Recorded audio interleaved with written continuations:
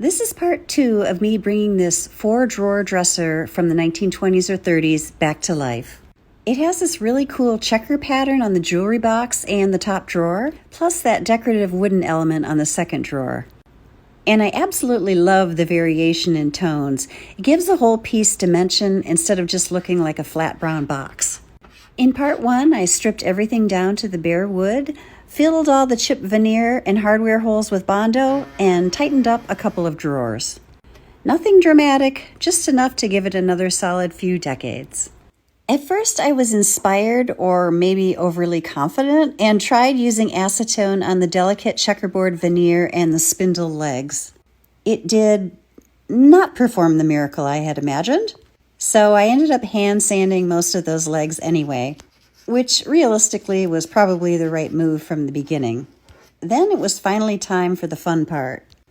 I applied pre-stained wood conditioner to all of the drawers, let that dry, and gave everything a light sanding. After that, I came back with one of my favorite stains, American Walnut. One coat, rubbed down and wiped back lightly. I don't like to flood pieces like this. I want the grain and those tone variations to stay visible. Once that dried, I added a light coat of shellac. And this is important. Shellac is one of those unsung heroes in refinishing. When you're layering products and working over patched areas, it creates a barrier so everything behaves. When you're color matching, it keeps you from disturbing what you just did 5 minutes ago. Then I repeated the exact same steps on the top of the dresser. Conditioner, stain, dry, light sanding in between. For the top drawer, the checkerboard detail, I conditioned first, then I taped off the square sections. I used the darker walnut stain on the dark squares and a lighter white oak stain on the lighter squares. Yes, it required more work, but the clean lines were the payoff.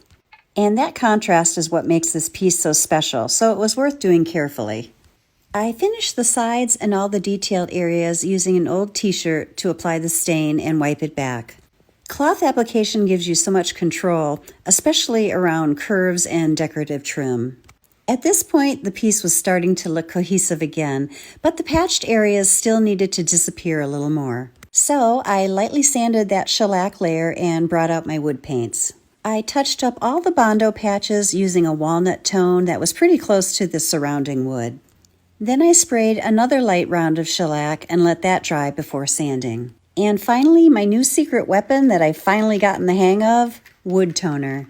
I invested in a better spray nozzle so it lays down evenly, and when you hit those patched areas just right, the color literally melts into the rest of the wood. It's one of those moments where you feel like you actually know what you're doing. The last step was polyurethane. Unfortunately, the can I used had been open for a while, and I noticed it was thicker than usual. That decision will come back to haunt me. My final task of the day was conditioning the insides of the drawer so everything felt clean and refreshed, inside and out. Come back for part 3, where I fix the poly problem and show you how it all turns out.